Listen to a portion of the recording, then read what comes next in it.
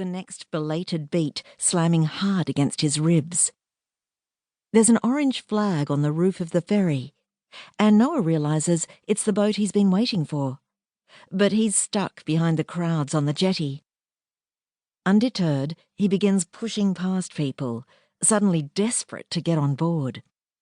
He leaps from the wooden platform only seconds before the vessel leaves the dock, earning himself a stern rebuke in rapid Thai from the wiry man gathering the mooring ropes, whose glowing cigarette is tucked temporarily behind his ear.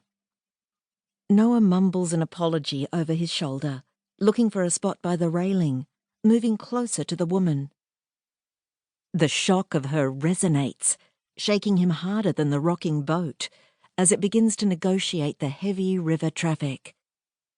Her long red hair has brought Lizzie to life again, letting him briefly imagine he has found her, thousands of kilometres from home.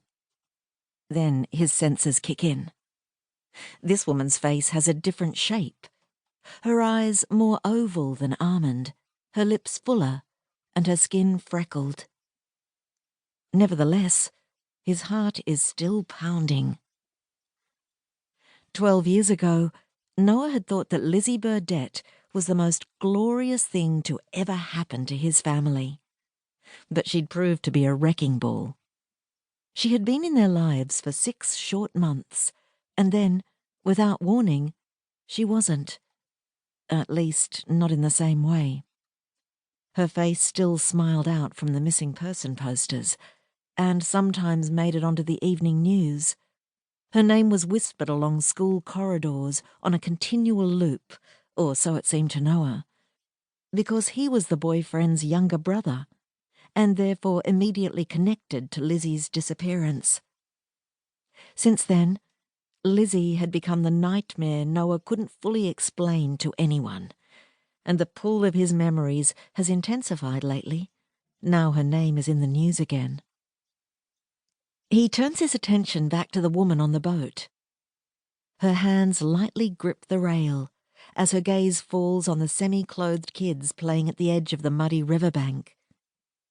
He'd guess she's a few years younger than him, early to mid-20s maybe, but there's a rare air of self-containment about her. Even when passengers jostle her, they capture her attention for only a moment before she settles back into daydreamy stillness, as though she nurtures a secret that's hers alone. The din of hectic conversations coalesce into a background hum as Noah studies her, drawn to her poise, curious as to where her mind might be travelling. But then, as though sensing his gaze, she turns. There is no chance to pretend to look elsewhere. He stills. She stares. Then her lips curve into a small smile, and there's a flash of curiosity in her eyes. It only lasts a second before she turns away, and Noah lets out a slow breath. She is stunning. He forces himself to focus elsewhere, anywhere. He studies a seated row of shaven-headed monks cloistered in mustard robes, and eavesdrops on the bickering Canadian couple behind him, allowing himself the occasional sidelong glance at the mysterious redhead.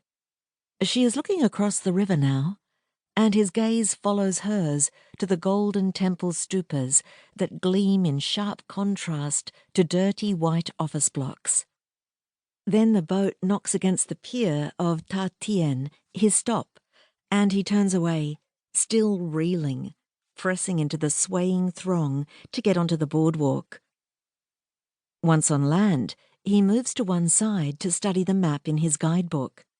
When he looks up and begins to walk in what he hopes is the right direction, the woman is there again, striding confidently some distance ahead of him.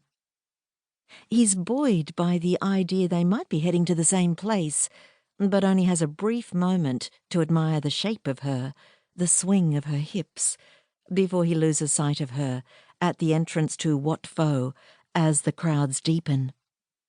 He joins the back of one of the lines for tickets.